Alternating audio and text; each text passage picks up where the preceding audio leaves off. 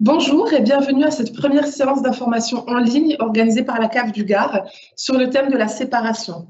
Je m'appelle Sonia, je suis travailleuse sociale à la Caisse d'allocation familiale et donc je vous présente ma collègue Laetitia, travailleuse sociale également. Bonjour Sonia, bonjour à tous. Effectivement, aujourd'hui, la séparation est un acte courant. Une famille sur 5 est concernée, qu'il s'agisse de couples mariés ou non mariés. On sait également que chaque année en France, un mariage sur 2 s'achève par un divorce. Pour autant, ça reste une étape particulièrement difficile de la vie où on se pose généralement beaucoup de questions. La séparation entraîne nécessairement de gros bouleversements au sein de la cellule familiale, tant pour les parents que pour les enfants. Avec nos partenaires, nous avons élaboré cette séance afin de vous apporter des informations concrètes pour vous aider à passer ce cap. L'objectif est de vous permettre de mieux comprendre ce qui vous arrive, notamment sur le plan psychologique, de mieux identifier votre rôle et vos responsabilités, d'identifier aussi les conséquences de la séparation sur vos enfants et enfin de vous donner des pistes pour vous aider peut-être à trouver une nouvelle organisation familiale. Donc nous allons rester ensemble environ 1 heure. Pour information, sachez que cette séance est enregistrée et sera disponible dès demain sur le site caf.fr dans les pages locales de la CAF du Gard. Vous aurez également à disposition sur ce lien un diaporama qui reprendra l'ensemble des informations vues dans cette séance. Au cours de cette séance, vous aurez la possibilité de poser des questions via un chat, mais par souci de confidentialité, celui-ci sera en mode privé. Enfin, en fin de séance, justement, nous prendrons un temps avec les différents partenaires pour répondre à quelques-unes des questions les plus fréquemment posées. Pour toutes les questions un peu plus personnelles, je vous invite à prendre contact avec les partenaires concernés dont les coordonnées vous seront communiquées à la fin de cette séance. Alors, au cours de la séance, nous allons aborder différents thèmes. Dans un premier temps, on vous présentera les aspects juridiques de la séparation, puis nous verrons ensemble les droits aux prestations familiales auxquels vous pourriez éventuellement prétendre au moment de la séparation. Seront ensuite abordés les impacts psychologiques de la séparation sur la famille. Nous parlerons également de la communication entre parents séparés avec une présentation de la médiation familiale. Et enfin, nous vous donnerons les coordonnées des professionnels susceptibles de vous accompagner dans toutes ces étapes. Nous allons maintenant évoquer les aspects juridiques et je laisse donc la place à Fabien Assier. Bonjour Fabien. Bonjour Fabien. Donc vous êtes juriste auprès du Conseil départemental d'accès au droit et aujourd'hui vous allez aborder avec nous la partie juridique. Donc sachez que si vous avez des questions d'ordre personnel sur cette partie juridique, vous aurez à la fin de la séance l'ensemble des coordonnées pour trouver les points info, les points justice, pardon, où vous pourrez prendre contact. Alors donc bonjour Sonia et bonjour à tous. Effectivement, on va passer un petit moment et on va aborder aujourd'hui les aspects juridiques de cette séparation. Et on va se focaliser sur 2 aspects. D'abord, on va discuter des différents types de séparation et de divorce. Donc, qu'est-ce qui se passe juridiquement lorsqu'on se sépare? Est-ce qu'on a des formalités à faire, juridiques ou administratives? Et puis, un peu plus longuement, on parlera de l'exercice de l'autorité parentale. Qu'est-ce que c'est que cette autorité parentale? Et quelle incidence elle a sur la fixation de la résidence de l'enfant et l'établissement de la contribution à l'entretien et l'éducation des enfants, qu'on appelle un peu familièrement la pension alimentaire. Alors, concernant les séparations, on a 2 types d'unions en France. On a des unions formelles, le PACS et le mariage, et on a des unions plus informelles, tout ce qui est union libre. Pour ce qui concerne les unions formelles, on va avoir des démarches à faire juridiques ou administratives. L'union la plus formelle en droit français, c'est le mariage. Lorsqu'on est marié, si on veut mettre fin au mariage, on va devoir faire une procédure de divorce. Cette procédure de divorce, elle nécessite obligatoirement en droit français d'avoir recours à un avocat. Donc, quelle que soit la procédure qu'on va faire, on devra prendre un avocat. Ça, c'est une première précision importante.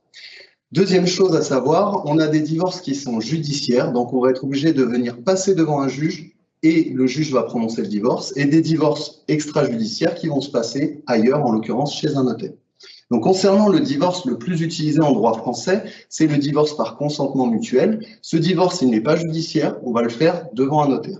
Comment ça va se passer? Alors, la première chose, c'est que pour avoir recours à ce motif de divorce, il faut à la fois que les parties soient d'accord pour divorcer, mais il faut également qu'elles soient d'accord, à la fois sur les conséquences du divorce financièrement, mais également par rapport aux enfants. Donc, une fois qu'on a cet accord de principe acquis, chacun des parents va choisir un avocat, rencontrer son avocat, puis il va y avoir une séance où on va mettre par écrit sous forme de convention les conditions de la séparation. Ensuite, cette convention, elle va être enregistrée chez le notaire et c'est cet enregistrement qui va faire le divorce. Ensuite, on a des divorces, comme je vous le disais, judiciaires. Alors, les divorces judiciaires, il y en a 3. Il y a le divorce sur le principe d'acceptation du divorce. Ça concerne des couples qui sont bien d'accord sur le fait de divorcer. En revanche, il y a un désaccord sur les conséquences du divorce, que ce soit financièrement ou que ce soit par rapport aux enfants. Donc, dans ce cas-là, avec leurs avocats, ils vont faire une requête devant le juge qui va venir trancher et déterminer qui a raison, qui a tort et prononcer le divorce. Deuxième type de divorce judiciaire, le divorce sur le principe d'altération définitive du lien conjugal. Là, ce sont des personnes qui vivent séparément depuis plus d'1 an et à partir de ce moment-là, ils vont pouvoir, avec leur avocat, demander le divorce sur ce motif-là. Enfin, dernier cas de divorce qui est de moins en moins utilisé, c'est le divorce pour faute. Le périmètre de la faute est de plus en plus réduit aujourd'hui. C'est principalement des personnes qui sont confrontées à un membre du couple qui a commis des violences conjugales ou qui a commis un abandon de famille. Et donc là, effectivement, pareil, on va passer devant le juge et on va venir argumenter pour demander une sanction par rapport au comportement de l'autre partie. D'accord. Donc, si je comprends bien, toutes les séparations vont entraîner des démarches juridiques et administratives complexes? Alors, pas nécessairement, comme je vous le disais, il y a des unions formelles et d'autres un peu moins formelles. L'union un peu moins formelle que le mariage, c'est le PACS. Donc, lorsqu'on est pacsé, on a 2 possibilités de se dépaxer. La première possibilité, si les 2 parties sont d'accord, ils vont faire une déclaration commune à l'officier d'état civil qui a enregistré le PACS ou au notaire qui a enregistré la convention de PACS, et ça va entraîner que ces partenaires vont le dépaxer. Deuxième possibilité, si un seul des partenaires souhaite se dépaxer, à ce moment-là, il va falloir faire appel à un huissier et on va demander à l'huissier de faire une signification à l'autre partie et c'est cette signification qui va mettre un terme au PACS. Enfin, dernier cas, c'est tous les cas d'union libre. Donc là, on s'est mis ensemble librement, sans faire aucune déclaration. On va pouvoir mettre fin à cette union sans faire aucune déclaration, sans accomplir aucune démarche administrative. On va simplement décider de ne plus vivre ensemble. Alors, il y a quand même un point commun entre les gens qui font un PACS et les gens qui sont en union libre, c'est que dès l'instant qu'il y aura des enfants qui seront nés pendant cette union, s'il y a un désaccord ou si on souhaite faire enregistrer un accord auprès du juge, il va falloir saisir le juge aux affaires familiales du lieu de résidence des enfants. D'accord. Donc, ça signifie que sauf si on était marié, on n'a pas forcément une décision de justice ou un accord écrit qui va préciser les nouvelles mesures relatives à la nouvelle organisation de vie de famille. Est-ce que vous pouvez nous dire dans ce cas-là s'il y a des règles qui organisent justement les relations entre parents et enfants suite à cette séparation? Alors oui, en fait, les règles, c'est un principe qui découle de l'autorité parentale. Et l'autorité parentale, en fait, c'est quelque chose qui est conféré à chacun des parents dès que l'enfant naît. C'est-à-dire, dès qu'un enfant naît, chacun des parents a l'autorité parentale sur l'enfant. Et le fait de se séparer ne change rien à ce principe-là. Concrètement, qu'est-ce que c'est l'autorité parentale? C'est défini dans un article du Code civil, c'est l'article 371-1. Je vais vous le lire parce que c'est vraiment l'article qui est le fondement de tout ce qui se passe en droit français autour de la parentalité.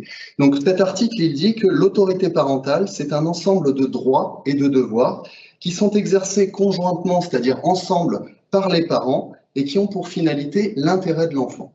Donc concrètement, qu'est-ce que ça veut dire? Ça veut dire que toutes les décisions importantes qui concernent les enfants, elles vont être prises par les 2 parents et elles vont être prises avec 2 objectifs. Respecter l'intérêt de l'enfant. Donc, quand on a un différend entre parents, il faut réfléchir à ce qu'on propose et le proposer dans l'intérêt de l'enfant.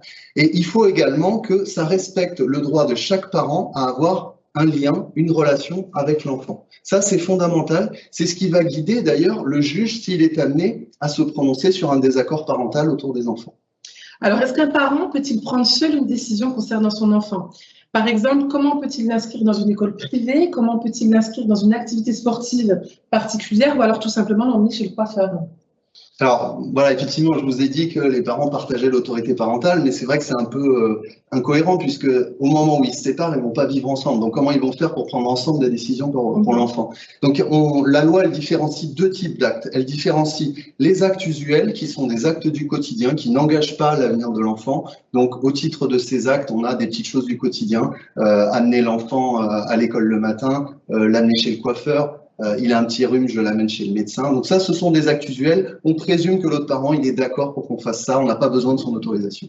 Après, la loi, elle distingue également des actes qu'on appelle non usuels. Donc c'est des choses, c'est des décisions qui vont être prises et qui engagent l'avenir de l'enfant. Donc là, pour ces actes non usuels, il va falloir obligatoirement soit l'accord de l'autre parent, soit qu'un juge tranche entre le désaccord des parents.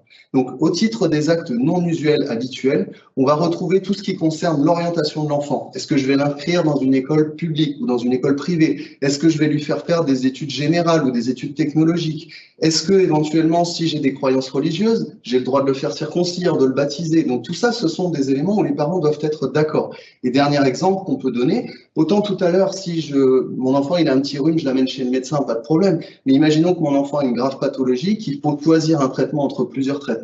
Là, si je ne suis pas dans une situation d'urgence, je dois bien entendu demander l'accord de l'autre parent, je dois le consulter et en cas de désaccord, c'est le juge qui tranchera. D'accord. Est-ce que vous pouvez nous préciser comment la résidence de l'enfant est-elle choisie? Alors, la résidence des enfants, en fait, c'est un acte non usuel, c'est-à-dire que ça engage l'avenir de l'enfant. Donc, naturellement, cette résidence, elle va être fixée d'un commun accord entre les parents. Donc, les parents vont librement pouvoir déterminer chez qui l'enfant va résider et éventuellement, est-ce qu'il aura des droits de visite et d'hébergement chez l'autre parent. En cas de désaccord, c'est le juge qui va venir trancher, comme je le disais, on va pouvoir saisir le juge aux affaires familiales si on n'était pas marié, par exemple, et on va pouvoir argumenter en disant, moi je souhaiterais que mon enfant, dans son intérêt, soit chez moi, ou etc., ou que ça soit organisé de telle ou telle façon. Donc, si je comprends bien, ça veut dire qu'on peut organiser la résidence des enfants en fonction des besoins de la famille et pas forcément, comme on le voit souvent, un week-end sur deux, la moitié des vacances scolaires, ou alors une semaine chacun? Oui, exactement. Donc c'est vraiment une liberté totale qui est conférée aux parents, c'est-à-dire que les parents vont pouvoir librement déterminer la résidence de l'enfant et déterminer les temps de vie chez l'un ou l'autre des parents. Les modèles que vous avez cités, la moitié des vacances scolaires et un week-end sur deux, sont des modèles légaux qu'utilisent les juges habituellement lorsqu'il y a un désaccord parental. Dès lors qu'on est d'accord et que c'est dans l'intérêt de l'enfant, on pourra faire du sur-mesure. Si on prend un exemple concret, imaginons un parent qui travaille 2 week-ends par mois, donc ces week-ends-là, il ne peut pas prendre ses enfants. Par contre, il a des repos le mardi, mercredi. On peut parfaitement déterminer dans une résidence exclusive que le parent principal aura la résidence exclusive et que le droit de visite et d'hébergement se passera 2 week-ends par mois, les week-ends où il travaille pas, pardon, et les week-ends où il travaille, ça peut être très bien le mardi et le mercredi. De la même façon, si on est en résidence alternée, c'est-à-dire on partage le temps de vie de l'enfant, on peut très bien, au lieu que ça soit une semaine sur deux, on peut très bien faire une fois toutes les 2 semaines, parce qu'on estime par exemple que faire déménager l'enfant toutes les semaines, c'est trop contraignant pour lui, donc on préfère se baser sur un rythme de 2 semaines. Ce qu'il faut bien comprendre dans tous les cas, c'est que c'est l'accord des parents qui prime. Dès l'instant qu'ils sont d'accord, ils pourront adapter le mode qu'ils souhaitent. Et le juge validera cet accord dès l'instant que c'est dans l'intérêt de l'enfant. D'accord. Souvent, les personnes dans nos entretiens nous demandent à partir de quel âge l'enfant peut choisir lui-même chez lequel de ses parents il souhaite vivre. Alors là, si vous m'avez bien écouté, je vous ai dit, l'autorité parentale, elle appartient aux parents. Il n'est jamais dit, elle appartient à l'enfant. Donc, tant qu'un enfant, il est mineur, il n'a pas le choix, ce n'est pas lui qui décide. Ce sont soit ses parents, soit le juge.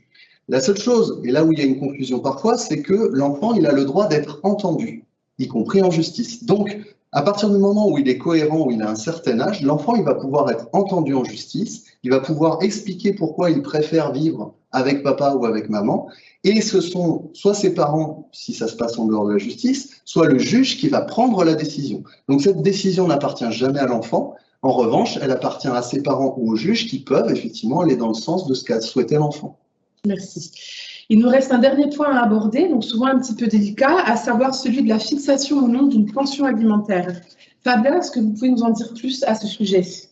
Oui, alors déjà, il faut comprendre à quoi sert cette pension, cette contribution à l'entretien et à l'éducation des enfants. C'est quelque chose qui sert en fait à maintenir l'enfant dans son niveau de vie, dans le niveau de vie qui était le sien, tant que ses parents étaient ensemble. Et c'est aussi quelque chose qui va servir à financer son éducation durant toute sa minorité et au-delà.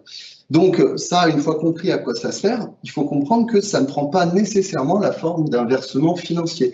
Donc la contribution à l'entretien et l'éducation des enfants, ça peut être une pension alimentaire effectivement versée d'un parent à l'autre, mais ça peut aussi être par exemple un partage des dépenses entre les parents, ça peut aussi être une mise à disposition par exemple d'un logement, si un des deux parents a un logement supplémentaire qui met à disposition de l'autre parent et aux enfants, ça peut constituer la contribution à l'entretien et l'éducation des enfants.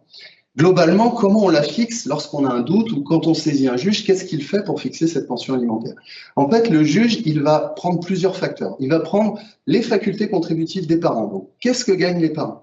Quelles sont également leurs charges par rapport au nombre d'enfants qu'ils ont à charge, par rapport aux frais qu'ils peuvent avoir à côté. Ensuite, on va tenir compte des besoins de l'enfant. Donc, les besoins de l'enfant, ça va dépendre de l'âge de l'enfant, par exemple, un enfant en très bas âge n'a pas forcément les mêmes besoins qu'un enfant qui devient étudiant. Et puis, finalement, on va tenir compte également du temps de vie de l'enfant avec son parent, puisqu'on considère qu'un enfant qui passe plus de temps, par exemple, en résidence exclusive avec l'un des parents, le parent en question risque d'avoir plus de dépenses. Donc, on fait un check de tous ces éléments-là, et en fonction de ce check, on va pouvoir fixer une pension alimentaire qui va être parfaitement calquée sur la situation de la famille. Et on ne pourra jamais comparer deux familles, puisque chacun de ces paramètres peut varier à un moment donné. Donc c'est extrêmement important de comprendre ça, parce que souvent les personnes ont tendance à se comparer à d'autres personnes, ce qui n'est pas nécessairement pertinent. À partir du moment où cette pension alimentaire est fixée, est-ce qu'elle est définitive ou est-ce qu'on peut la modifier? Alors non, pas du tout, parce que je vous ai dit, en fait, on a différents critères, et le juge, en fait, s'il fixe cette pension alimentaire, ou si les parents le font ensemble, en fait, ils vont s'appuyer sur les critères à un moment donné. Sauf que si ces critères viennent à changer, ben, naturellement, il va falloir modifier la pension alimentaire. Alors, ça peut être pour une pension alimentaire plus élevée, ça peut être pour que la pension alimentaire soit versée d'un parent à l'autre parent. Si on change la résidence, ça peut faire évoluer la pension, ou encore ça peut être une suppression pure et simple de la pension si les ressources de la personne qui la versait ne sont plus suffisantes. Donc il faut vraiment être en capacité de se dire que cette pension, c'est une décision prise à un instant T dans une situation T, et si ces situations évoluent, il faudra être en capacité de les modifier. Donc en cas de modification importante d'un de ces paramètres, il faudra saisir le juge aux affaires familiales du lieu de résidence de l'enfant si on ne parvient pas à un accord pour faire évoluer le montant de cette pension alimentaire. D'accord.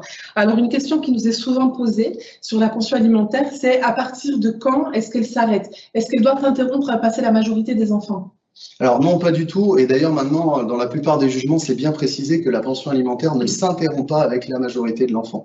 En fait, cette pension alimentaire, elle est là jusqu'à ce que l'enfant soit en capacité de s'assumer financièrement. Donc, le fait qu'il soit devenu majeur ne change rien. Bien au contraire, dans certains cas, à partir du moment où il devient étudiant, il aura peut-être des frais supplémentaires. Il faudra peut-être augmenter le montant de cette pension alimentaire. Donc, le principe, c'est maintien de la pension alimentaire jusqu'à ce que l'enfant soit en âge de s'assumer ou jusqu'à ce que l'État assume finalement les dépenses de l'enfant au travers des minima sociaux, en général vers 25 ans. D'accord. Merci beaucoup Fabien pour toutes ces explications. Donc, je pense que désormais les parents y verront plus clair sur ces questions qui sont parfois bien complexes. Merci à vous. Avec plaisir. À travers les aspects juridiques de la séparation et à travers justement la question de la pension alimentaire, on a pu constater que la séparation avait un impact fragilisant sur le budget de la famille. Et c'est dans ce contexte-là que Laetitia revient. Et elle va nous proposer de faire un focus sur l'ensemble des droits et des prestations familiales. Oui, en effet, environ 40% des pensions alimentaires ne sont pas payées ou payées de manière irrégulière. Conscient que les impayés de pensions alimentaires fragilisent grandement le budget des familles, un service public des pensions alimentaires a été créé. Il propose différents services. Pour vous les présenter en détail, nous vous invitons à suivre la vidéo qui arrive. Vous êtes séparés ou en cours de séparation ? La CAF et la MSA sont à vos côtés, en particulier pour faciliter le versement de votre pension alimentaire et vous aider à réaliser gratuitement vos démarches. La pension alimentaire, à quoi ça sert ? Si vous avez des enfants et êtes séparés de l'autre parent, vous pouvez faire fixer une pension alimentaire. Elle est versée par un des parents pour soutenir financièrement l'autre parent dans les dépenses liées aux enfants. C'est utile par exemple pour les vêtements, la nourriture ou encore les activités sportives et culturelles. La CAF ou la MSA peut-elle m'aider à en calculer le montant ? Oui, vous pouvez faire une simulation sur le site internet pension-alimentaire.caf.fr pour avoir une estimation du montant de la pension alimentaire à verser ou à recevoir. Ce montant est donné à titre indicatif. Si vous n'étiez pas marié, que vous n'avez pas de jugement fixant une pension alimentaire et que vous êtes d'accord avec l'autre parent sur le montant, votre CAF ou MSA peut vous délivrer un titre exécutoire. C'est un document officiel qui valide le montant de la pension et qui permettra à la CAF ou la MSA d'agir en cas d'impayé. Si vous étiez marié ou que vous n'êtes pas d'accord sur le montant, vous devez faire appel à un juge aux affaires familiales. La CAF ou la MSA peut-elle m'aider pour son versement? Oui, la CAF ou la MSA peut devenir votre intermédiaire pour que vous n'ayez plus besoin de contacter l'autre parent pour verser ou recevoir la pension de vos enfants. Cela veut dire qu'elle la collecte auprès du parent qui doit la payer et la verse tous les mois au parent qui doit la recevoir. Avec ou sans problème d'impayé, tous les parents séparés pour lesquels une pension alimentaire a été fixée peuvent bénéficier de ce service. Et si votre pension alimentaire n'est pas payée, la CAF ou la MSA peut aussi récupérer les sommes impayées des 24 derniers mois auprès de l'autre parent, de son employeur, de sa banque ou de Pôle emploi et vous les reverser. Vous voulez en savoir plus sur le service public des pensions alimentaires? Appelez le 32 38 ou rendez-vous sur pension-alimentaire.caf.fr. La CAF peut aussi vous proposer d'autres services en cas de séparation. Rendez-vous sur caf.fr. On espère que cette petite vidéo vous aura apporté un éclairage sur les différents services proposés par le service des pensions alimentaires. Comme on l'a déjà dit, le budget des familles est fragilisé au moment de la séparation et c'est pour cela que diverses aides et prestations peuvent être versées par la Caisse d'allocation familiale ou la MSA. La vidéo qui suit va vous les présenter. Vous êtes séparé ou en cours de séparation? La CAF est à vos côtés, en particulier pour vous soutenir financièrement. Vos droits aux prestations sont calculés en fonction de vos ressources et de votre situation familiale. En cas de séparation, les montants de vos aides peuvent évoluer et vous pouvez parfois en recevoir de nouvelles. Si vous êtes allocataire, n'oubliez pas de déclarer rapidement votre séparation à la CAF. Vos aides seront adaptées à votre nouvelle situation. La CAF peut-elle m'aider si je vis seul avec mon enfant? Si votre ou vos enfants ont moins de 20 ans, vous pouvez bénéficier de l'allocation de soutien familial, quels que soient vos revenus. Elle vous sera versée par la CAF tant que vous ne vivez pas en couple. Pour y avoir droit, vous devez être dans l'une de ces situations. L'autre parent ne participe pas aux dépenses liées à vos enfants et vous n'avez pas fixé de pension alimentaire. Ou vous avez fixé une pension alimentaire, mais elle n'est pas payée par l'autre parent. Ou votre pension alimentaire est payée, mais son montant est faible. Vous pourrez aussi recevoir cette aide si votre enfant n'a pas été reconnu par l'autre parent, si votre conjoint est décédé ou si vous avez recueilli un enfant. Pour la demander, rendez-vous sur caf.fr pour faire votre démarche en ligne ou télécharger le formulaire. La CAF peut-elle me proposer d'autres aides? Si vos revenus sont modestes, vous pouvez peut-être aussi bénéficier de l'aide personnelle au logement, de la prime d'activité ou du RSA. Faites une simulation sur le site caf.fr pour savoir si vous pouvez recevoir l'une de ces prestations et en connaître le montant. Si vous avez 2 enfants ou plus et qu'ils sont en résidence alternée, vous pouvez partager les allocations familiales avec l'autre parent. La CAF vous propose aussi de nombreux services pour vous accompagner de façon personnalisée, faciliter le versement de la pension alimentaire et préserver vos enfants en cas de séparation. Vous voulez en savoir plus? Rendez-vous sur caf.fr.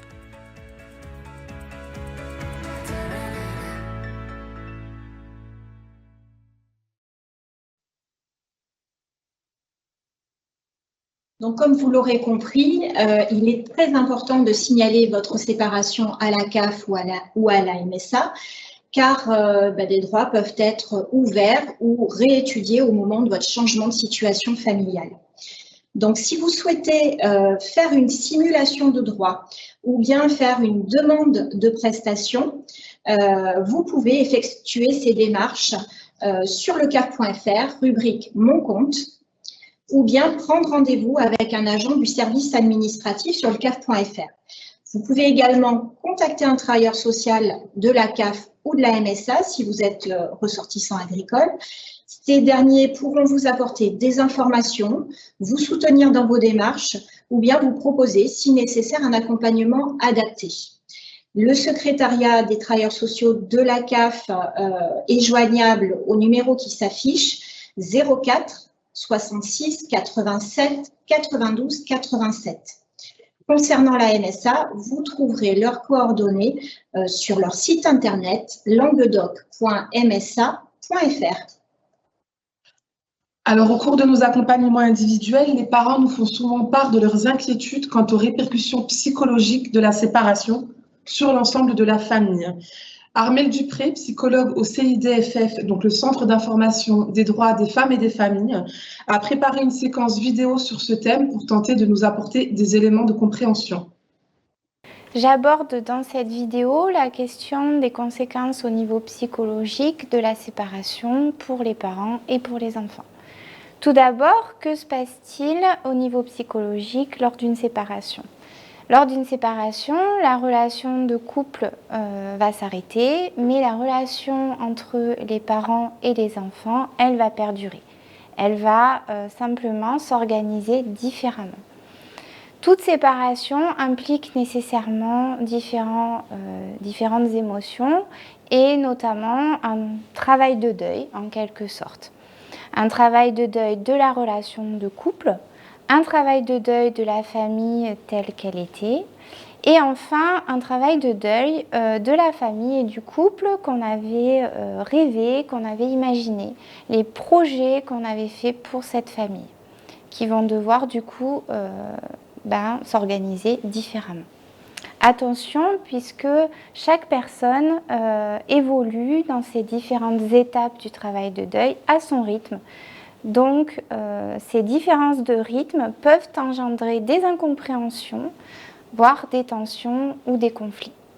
C'est donc une nouvelle organisation et des changements au quotidien qui peuvent entraîner une perte de repères. Cette perte de repères va induire différentes émotions telles que la colère, la tristesse, le sentiment de solitude, le sentiment d'abandon. Face à toutes les difficultés qu'on peut rencontrer suite à une séparation, par exemple les difficultés financières, les difficultés matérielles qui découlent de cette séparation, l'augmentation apparente des responsabilités parentales pour certaines personnes, puisque sur un temps déterminé, on va se retrouver seul à gérer le ou les enfants au quotidien. Les incertitudes, les doutes concernant l'avenir qui peuvent causer du coup du stress pour soi et pour les enfants. Et enfin, beaucoup de personnes vont avoir le sentiment d'un échec, un sentiment de rejet vis-à-vis de cette séparation. Alors, pour traverser ces différentes étapes, il va falloir se laisser du temps, se donner du temps, être indulgent avec soi-même. Et parfois, certaines personnes vont avoir besoin de parler de ce qu'elles ressentent à quelqu'un. Et par exemple, si la famille, les amis ne sont pas forcément les bonnes personnes à qui on peut parler, ne pas hésiter à consulter un psychologue, un professionnel, un psychologue en particulier, qui sera neutre et qui pourra nous aider à mettre du sens sur ce qu'on vit et ce qu'on ressent. Dans tous les cas, il est important de garder à l'esprit que nous avons du pouvoir que sur nous-mêmes et que nous ne pouvons pas changer l'autre. Au niveau des enfants, que se passe-t-il? Quels sont leurs besoins? Quelles sont leurs réactions? Alors, beaucoup d'enfants vont chercher, en tout cas dans un premier temps, à réunir leurs parents afin de reconstituer la structure familiale telle qu'ils l'ont toujours connue, ce qui est pour eux quelque chose de sécurisant. Attention, car si on tente de répondre à ces attentes, on peut freiner le processus d'adaptation des enfants à cette nouvelle organisation familiale. Enfin, dans les situations de séparation conflictuelle, certains enfants peuvent se retrouver pris au piège dans un conflit de loyauté entre les parents. Ce conflit de loyauté est source de souffrance chez beaucoup d'enfants qui sont dans des situations de séparation. Pour terminer, bien garder à l'esprit que souvent les enfants peuvent se sentir responsables de la séparation. Il est très important de parler aux enfants, de leur expliquer qu'ils ne sont pas responsables de cette séparation et de mettre des mots sur ce qui se passe, d'expliquer les situations et d'expliquer chaque étape au fur et à mesure de la séparation. C'est très important aussi pour les enfants de pouvoir conserver le lien avec chaque parent et d'être autant que possible à l'abri des conflits qui perdurent entre les parents. Donc pour conclure sur cette vidéo, il est important de garder à l'esprit que la communication entre les parents est essentielle. Notamment tout ce qui va concerner l'enfant au niveau de l'organisation et au niveau de la communication, puisque si on ne communique pas entre parents, c'est l'enfant qui va devenir le messager de ses parents. Voilà. Donc la communication est essentielle et même si la séparation est une épreuve pour les enfants, c'est la tension relationnelle entre les parents lorsqu'elle perdure qui va le plus perturber les enfants. Il faut garder à l'esprit qu'un enfant va souffrir s'il entend dire du mal de l'autre parent, que ce soit par son parent ou que ce soit par d'autres personnes de la famille. Donc attention à protéger l'enfant de tout ça et à tenter au maximum, autant que possible, de communiquer. Donc nous remercions Armelle pour cette vidéo.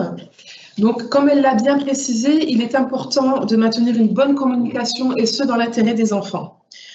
Toutefois, avant de poursuivre, il me semble important d'apporter une précision supplémentaire. S'il est clair qu'une séparation déstabilise une famille, lorsque celle-ci intervient dans un contexte de violence, la situation est encore plus difficile.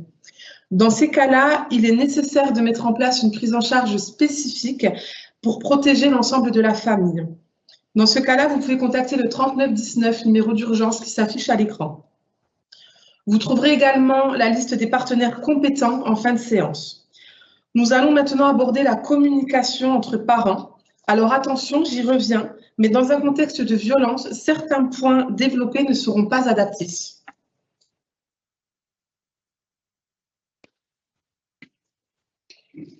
Alors, pour parler de ce sujet, nous accueillons Patricia Fouque, médiatrice et directrice de l'ADPMF, l'association départementale professionnelle de médiation familiale.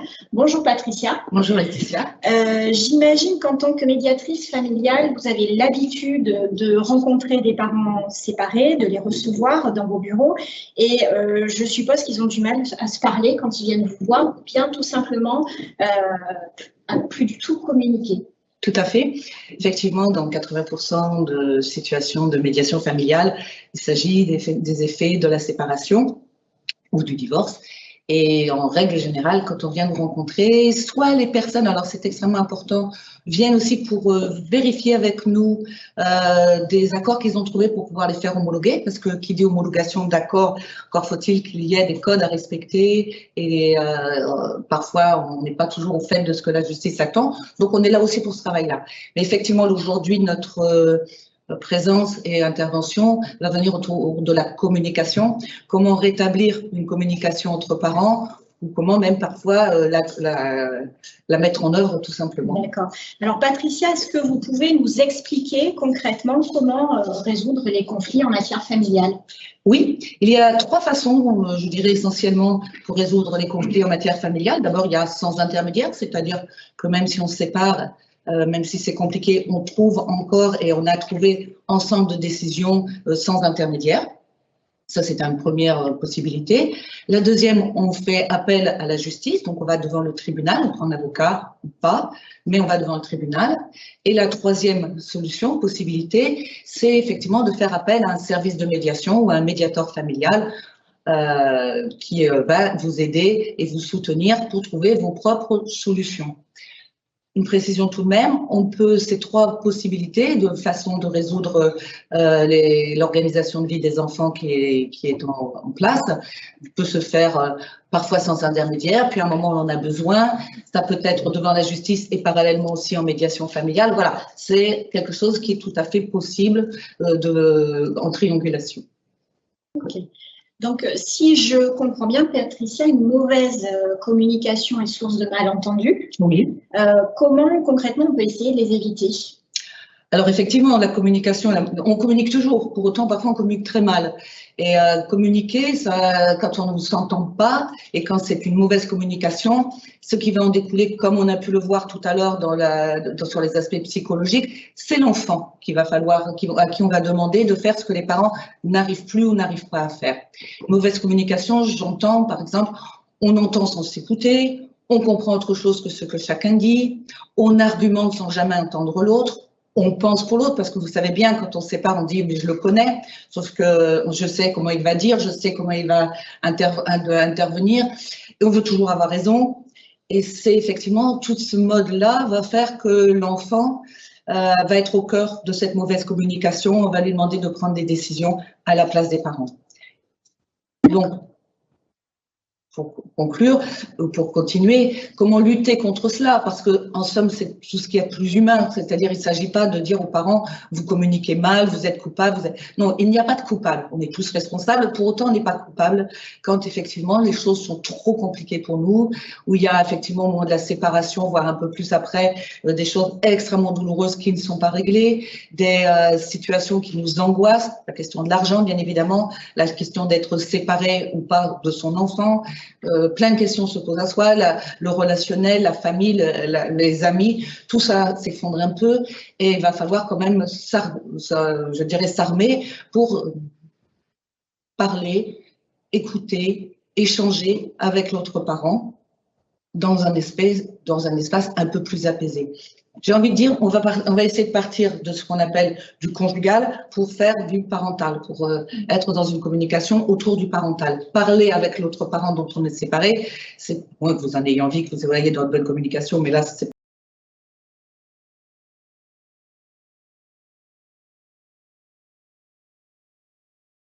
on va d'abord commencer par écouter l'autre. Accepter aussi, bien sûr, que le point de vue de l'autre soit différent du sien. C'est pas parce qu'on ne pense pas la même chose qu'on a tort ou qu'on ment. Entendre la demande de l'autre, même si elle bouleverse, et souvent c'est le cas, on demande à y réfléchir et on temporalise la réponse. Voilà, toutes ces choses pour éviter au maximum de réagir à chaud. Je crois que ça, c'est un des éléments essentiels pour pouvoir communiquer de façon suffisamment apaisée. En résumé, je dirais qu'écouter l'autre, c'est respecter ce qu'il dit, son point de vue, ce qu'il ressent. On n'est pas sans émotion. Il faut parfois, même si on n'entre pas dans le pathos, pouvoir entendre quand même que ça ne nous fait pas rien, même si celui qui a pris la décision de la séparation n'est pas forcément celui qui s'en sortira le mieux ou qui va le mieux ou le moins bien. Et ce qu'il en est, au niveau des situations. Chacun va pouvoir dire aussi et préciser où il en est, sa situation et comment il voit les choses. J'ai envie de dire un mot pour tout cela, pour résumer, c'est se respecter. On n'est pas obligé de s'aimer, loin de là, mais on est obligé de se respecter. D'accord. Est-ce que vous pourriez nous donner, Patricia, les points essentiels à retenir donc pour poursuivre ou restaurer la communication entre parents? Oui, alors des points essentiels pour maintenir, poursuivre ou restaurer la communication entre parents, c'est un peu ce que je disais, mais de façon plus élaborée, c'est respecter sa façon d'agir avec l'enfant. Reconnaître que l'autre parent fait de son mieux avec l'enfant. S'informer réciproquement de ce qui se passe, des questions impactant l'avenir de l'enfant. S'informer. Entretenir une image positive de l'autre parent auprès de l'enfant, vous l'avez tout à fait entendu tout à l'heure dans l'aspect psychologique, quand on dit du mal d'un des parents, quand on lui dit que son père ou sa mère est mauvaise ou n'est pas à la hauteur, on vient en fait faire entendre à l'enfant qu'une partie de lui n'est pas bonne. Respecter aussi ce qu'exprime l'enfant sur l'autre parent. Même si nous, on pense de l'autre ce qu'on veut, et on a bien le droit, il est extrêmement important de ne pas faire retomber sur l'enfant l'image qu'on a de l'autre parent, mais d'entretenir. Ce n'est pas obligé de mentir à l'enfant. On peut dire aux enfants, et au contraire, qu'avec papa ou maman, ça se passe pas bien, qu'on a du mal, que c'est difficile, qu'on parfois on lui en veut, mais bon, tout ça, c'est des histoires de grandes personnes, et que pour autant, ça reste son père, ça reste sa mère, et on va le respecter. J'ai envie de dire, quand on dit respecter l'enfant, il s'agit aussi d'entendre qu'il n'y a pas que les tout petits enfants qui subissent la séparation. Souvent, on entend, oui, mais maintenant, il a 17 ans, 18 ans, il est grand, maintenant, il a fait son chemin. Je crois qu'il n'y a pas d'âge pour avoir une forme de souffrance, et voire plus encore, quand les parents se séparent. Et tout cela, c'est pas de se mettre à la place des enfants, on se met pas à leur place, mais on essaye de comprendre et être justement à sa place de parent. La place de parent, je dirais que c'est quand même de respecter et de protéger son enfant, quel âge quel qu'il soit et quel âge qu'il ait. Et aussi contribuer équitablement au maintien d'un niveau de vie semblable pour l'enfant. Ça, c'est un des points essentiels que nous traversons et que nous élaborons dans les services de médiation, c'est la question financière. Souvent, à travers l'argent, on fait payer à l'autre parent quelque chose parce qu'on lui en veut. Et croyez-moi, on entend des choses absolument surprenantes. Et les enfants, ils ne s'arrêtent pas de manger, ils ne s'arrêtent pas de vivre. On a besoin de les soutenir, et aussi la question financière. Pas normal, peut-être. Alors, on n'est pas là pour condamner. Chacun fait ce qu'il peut avec ce qu'il est et avec ce qu'il a. Il n'est pas question de reprocher à des parents de ne pas avoir les moyens suffisants pour leur envoyer faire des grandes études, etc., etc. Il ne s'agit pas de ça. Il s'agit de pouvoir se rappeler, c'est un peu ça la médiation familiale, je vous en dirai un peu plus. On va effectivement mutualiser autour de l'intérêt de l'enfant. Et mutualiser, c'est essayer d'oublier, de faire abstraction un peu de ses rancœurs et de ses difficultés pour voir comment on peut soutenir nos enfants dans son évolution et dans ses besoins. D'accord. Est-ce que vous pourriez donner des conseils aux parents qui nous écoutent lorsque les parents ne parviennent plus à se regarder et à se parler? Qu'est-ce qu'on peut leur conseiller concrètement? Alors moi, je ne donne pas de conseils, et c'est un peu la particularité, on en est assez content. On n'est pas là pour donner des conseils, mais on est là pour effectivement soutenir les parents, les écouter, reformuler aussi leurs besoins, parce que c'est aussi une façon de dire les choses. On a tous des choses à dire, pour autant, c'est pas toujours très bien les formuler. Et c'est peut-être aider les personnes à formaliser, à formuler et je dirais, à venir au plus près des besoins, de leurs besoins, pour pouvoir faciliter, en tant que nous, médiateurs, on est là comme facilitateur, à l'écoute et pour soutenir dans un climat de confiance. C'est vrai que quand on peut s'exprimer dans un espace, dans un lieu, où on a le sentiment qu'on ne sera pas tout seul, qu'on va pouvoir s'autoriser, j'ai bien dit s'autoriser, il est important de s'autoriser à dire, s'autoriser à émettre, s'autoriser à penser. Ça permet effectivement de retrouver en nous toutes les compétences qu'on avait. Vous avez quand on a des enfants, même si on ne sait pas toujours comment on va faire, ça c'est pas il s'agit pas d'être séparé ou toujours en couple pour savoir comment on est à l'aise avec nos enfants. Et tout au long de la vie, on s'interroge. Et c'est bien, donc, non pas dans des conseils, mais dans des regards, dans des façons d'être, dans des façons de faire, que les parents retrouvent et se sentent indépendants dans leur façon de travailler, de soutenir et d'aider leurs enfants.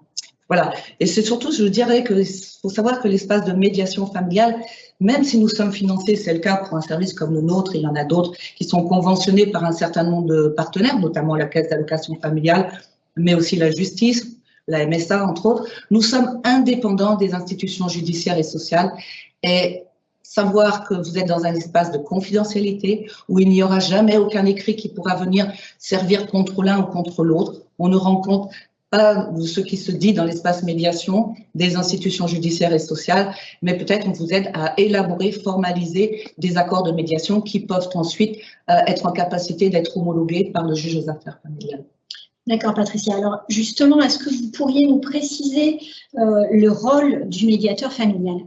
Oui, la médiation familiale propose un espace de parole et de prise de décision, c'est important, s'appuyant sur la compétence des parents, ce que je venais de dire, à trouver des solutions dans les situations de tension ou de conflit.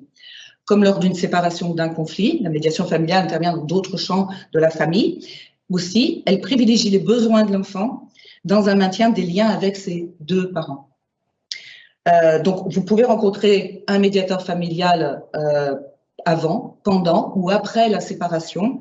et également en dehors de toute procédure judiciaire, ce qu'on appelle la médiation conventionnelle. On n'a pas besoin de faire appel au juge aux affaires familiales, on n'a pas besoin d'avoir ce qu'on appelle une médiation ordonnée par le juge pour venir dans un espace de médiation familiale et d'essayer de trouver, en tout cas de construire ou co-construire, je dirais, ses propres accords autour de des autres. D'accord. Concrètement, est-ce que vous pouvez nous dire ce qu'est la médiation familiale et comment ça se passe? Alors, d'abord, dire ce qu'est le médiateur familial. Donc, le médiateur familial, c'est un professionnel qui est qualifié et formé à la résolution des conflits familiaux. C'est un facilitateur à votre écoute pour vous soutenir dans un climat de confiance. Et j'ai bien dit facilitateur à votre écoute et non pas quelqu'un, on n'est pas des éducateurs, on n'est pas là pour vous donner des conseils, on est là pour vous aider justement à amener vos propres solutions.